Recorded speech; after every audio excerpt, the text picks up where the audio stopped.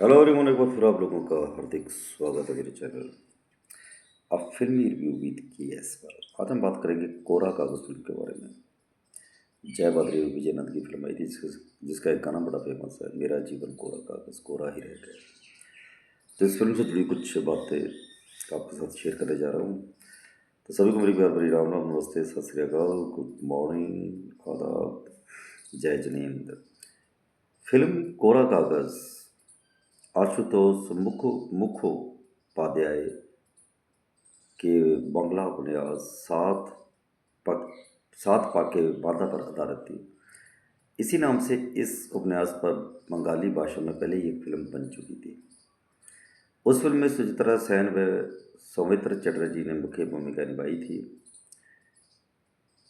जब अनिल गंगोली ने सात पाके बाधा देखी तो उन्हें भी वो बहुत पसंद आई थी।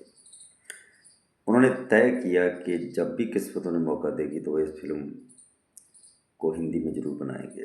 सात पाके बांधा जानी सात फेरों का बंधन, यह एक दुखांत कहानी थी। इस कहानी में नायिका जीवन भर नायक की प्रतीक्षा करती रह जाती है, उसकी प्रतीक्षा कभी खत्म नहीं होती। अनिल गंगोली जानते थे कि हिंदी दर्शक इतना दुखांत विषय पसंद नहीं करेंगे, इसलिए उन्होंने अपने लेखों से इस कहानी को सुखांत बनवाया। कहानी का दुखांत हिस्सा फ्लैशबैक में फिल्म के शुरू में दिखाया गया। अनिल गंगोली ने अपनी फिल्म का नाम रखा कोरा कागज।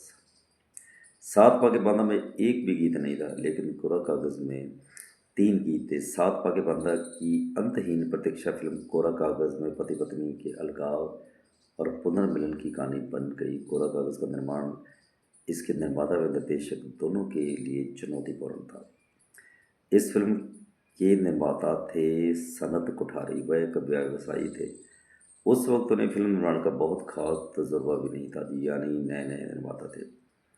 उन्होंने अलविदा नाम से एक फिल्म का निर्माण किया था, मगर वो फ्लॉप हो गई थी। कोरा कागज की मुख्य भूमिकाओं के लिए अनिल गंगोली की पहली पसंद थे विनोद खन्ना व तनुजा। जब उन्होंने तनुजा को इस फिल्म की कहानी सुनाई तो तनुजा ने इसमें काम करने से इनकार कर दिया। फिर तनुजा जी की माँ शोभना सामरथ जी ने निर्माता सनत कोठारी को मशवरा दिया कि उन्हें पूना फिल्म इंस्टीट्यूट से आए कलाकारों को आजमाना चाहिए। शोभना समरथ जी ने ही सनत कोठारी को हीरोइन के रोल के लिए जया बहादुरी का नाम सुझाया था। इस वक्त तक गुड्डी व उपहार जैसी फिल्मों के जरिए जया बहादुरी अपनी पहचान बना चुकी थी। शोभना समरथ की सलाह डायरेक्टर अनिल गंगोली व प्रोड्यूसर सनत कोठारी को अच्छी लगी। इन लोगों ने जया बहादुरी से बात की, पर क्योंकि सनत कोठारी जरा छोटे प्रोड्यूसर भी थे, शुरुआत में जया बहादुरी उन्हें गंभीरता से नहीं ले रही थी। मगर एक दिन जब अनिल गंगोली जया बहादुरी से मिलने गए तो जया बहादुरी ने कहा कि अगर कहानी अच्छी होगी तो वह पैसों को ज़्यादा अहमियत नहीं देगी। तब अनिल गंगोली ने कहानी सुनाई। जया बहादुरी को कहानी बड़ी पसंद आई और उन्होंने कोरा कागज़ में काम करने की हमें बर दी। ये भी कमाल की बात है कि आगे चलकर इस फिल्म के लिए जया जी को film fair best actress award भी मिला था। हीरोइन के तौर पर जया बहादुरी को तो साइन कर लिया गया, मगर अब हीरो की समस्या खड़ी हो गई थी, क्योंकि अब तक तो डायरेक्टर और प्रोड्यूसर विनोद खन्ना को साइन करने की प्लानिंग कर रहे थे, लेकिन जया बहादुरी के अपोजिट विनोद खन्ना को साइन करना मुश्किल था। जोड़ी जल्दी दिख ही नहीं रही थी।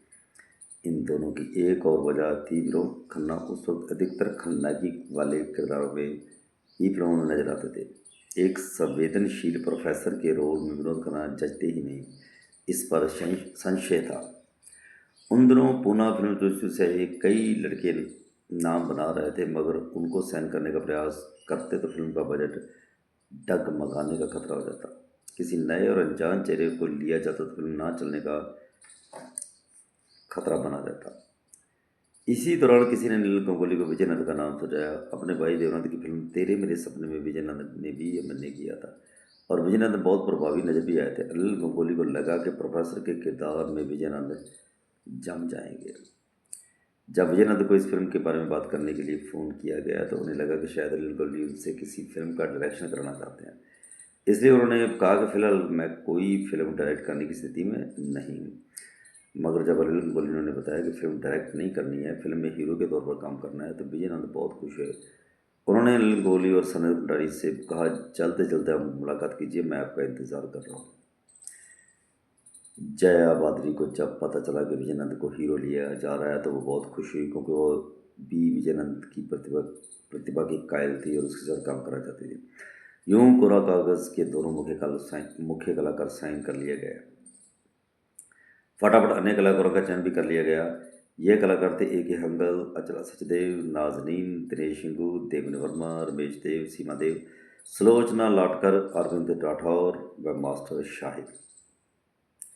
संगीत का जिम्मा दिया गया कल्याण जी आनंद जी को।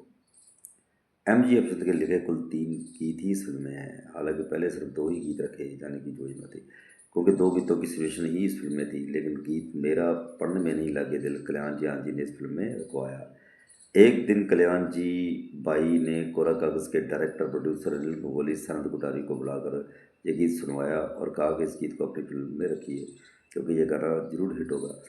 निर्माता सनत गुटारी को गीत वाकई में बढ़िया लग रहा था, लेकिन समस्या ये भी थी कि इस गाने की थीम ऐसी थी कि कोरा कागज़ की नायिका के व्यक्तित्व से कतई मैच नहीं कर रही थी, क्योंकि नायिका एक गंभीर महिला थी, मगर यह गीत किसी चुलबुली लड़की के हिसाब का था। इसलिए गीत को फिल्म में कैसे फिट किया जाए, ये चुनौती खड़ी हो रही थी, लेकिन इसका तोड़ भी निकाल लिया गया। गीत की शुरुआत नायिका से नहीं, उसकी छोटी बहन से होती है। नायिका भी गीत में नजर आती है। नायिका की छोटी बहन उसे छेड़ते हुए गीत गा रही है। छोटी बहन गीत का मुखड़ा गाती है, फिर अंतरे से नायिका भी गाने में शामिल हो जाती है। यह गीत लता जी ने गाया था। दोनों बहनों की आवाज़ लता जी ही बनी थी। मज़ेदार बात यह है कि लता जी ने इतनी खूबसूरती से ये गीत गाया कि किसी के मन में ये सवाल ही नहीं उठा कि दोनों बहनों की आवाज़ एक जैसी क्यों है। कोरा कागज़ के संगीत से जुड़ी एक और बात जान लीजिए। पहले पंचम दा को इस फिल्म का संगीत कंपोज करने की जिम्मेदारी दी गई थी। पंचम दा ने खुशी खुशी तब जिम्मेदारी ले भी ली थी, मगर फिर पंचम दा इतने बिजी हो गए कि कोरा कागज़ के लिए वो समय निकाल ही नहीं पाए। कई हफ्तों के इंतज़ार के बाद वो कोरा कागज़ के लिए कोई धुन नहीं बना सके। निर्माता निर्देशक जब भी फिल्म के संगीत के बारे में बात करते उनके पास जाते, पंचदा उन्हें अगले सप्ताह आने को कह देते। एक दिन परेशान होकर अनिल दा ने पंचोदा से कहा कि अगर आपको इतराज़ ना हो तो क्या कल्याण जी आनंद जी को संगीत की जिम्मेदारी दीजिए। पंचमदा फ़ौरन इसके लिए तैयार हो गए। यूं कोरा कागज़ पंचोदा से कल्याण जी आनंद जी के पास चली गई और कल्याण जी आनंद जी ने बहुत शानदार म्यूजिक कोरा कागज़ के लिए तैयार किया। अगर आपने कोरा कागज़ देखी होगी तो आपको याद होगा कि विजयनंद का किरदार सुकेश किसी दार्शनिक के जैसे बात करता है। सुकेश के संवादों में ओशो का प्रभाव महसूस होता है, और ये बात तो सभी जानते हैं कि एक वक्त पर विजयनंद ओशो के शिष्य बन गए थे। बाद में ओशो से अलग जरूर हो गए थे, मगर जिस वक्त कोरा कागज़ में उन्होंने काम किया था उस वक्त ओशो से बहुत प्रभावित रहते थे। ओशो से संन्यास लेकर उन्होंने गेरुए वस्त्र पहने शुरू कर दिए थे। कहा जाता है कि विजयनंदन ने ओशो के विचारों को इस फिल्म के अपने संवादों के जरिए व्यक्त करने की कोशिश की थी। विजय आनंद उस दौर के बहुत बड़े और प्रतिभाशाली डायरेक्टर थे, मगर एक्टिंग से भी उन्हें बहुत लगाव था। इसलिए डायरेक्शन के जरिए फिल्मों में नाम कमाने के बाद वो मन ही मन एक्टर खास तौर पर हीरो बनने के लिए ललाहित रहते थे। एक दफा एक इंटरव्यू में कोरा कागज़ के डायरेक्टर अनिल बंगोली साहब ने बताया था कि कोरा कागज़ की कहानी से विजयनंद बहुत प्रभावित नहीं थे। इस फिल्म में उन्हें अपना किरदार नायक नहीं खलनायक ज़्यादा लगता था। वह अपने किरदार में बदलाव भी करना चाहते थे। विजयनंद का तो विचार था कि मेरा जीवन कोरा कागज़ गीत हीरो को गाते हुए दिखाया जाना चाहिए। कुछ और बदलाव भी विजयनंद स्क्रिप्ट में करना चाहते थे, मगर जब अनिल कोहली ने उनके सुझावों को नज़रअंदाज करके अपने तरीके से फिल्म बनाते रहने का फैसला किया तो विजयनंद निराश हो गए। मेरा जीवन कोरा कागज़ गाया तो किशोरदा ने था, मगर उस गीत में दिखाई देती है जया बादरी। कोरा कागज़ जब रिलीज़ हुई तो सफल साबित हुई तो विजयनंद को बहुत हैरत हुई। उन्होंने अनिल कोहली से कहा, भी यार अपनी फिल्म तो कामयाब हो गई, कमाल है यार। कोरा कागज़ में टिपिकल बॉलीवुड मसाला एलिमेंट्स नहीं थे, मगर फिर भी बॉक्स ऑफिस पर यह फिल्म कामयाब साबित हुई थी। कोरा कागज़ को बेस्ट फिल्म का राष्ट्रपति पुरस्कार हासिल हुआ था। डायरेक्टर अनिल कोहली साहब को बहुत सराहा गया। राजश्री प्रोडक्शन ने अनिल कोहली को अपनी फिल्म तपस्या के डायरेक्शन के लिए साइन किया था, और प्रोड्यूसर GPCP जी ने भी अनिल दा को अपनी फिल्म तृष्णा के लिए साइन किया। तपस्या फिल्म के लिए तो फिर से अनिल को अनिल दा को राष्ट्रपति पुरस्कार मिला था। बॉलीवुड में बहुत कम फिल्में बनी हैं जिन्होंने दाम्पत्य जीवन में आने वाली समस्या को बहुत प्रभावी ढंग से उठाया गया है।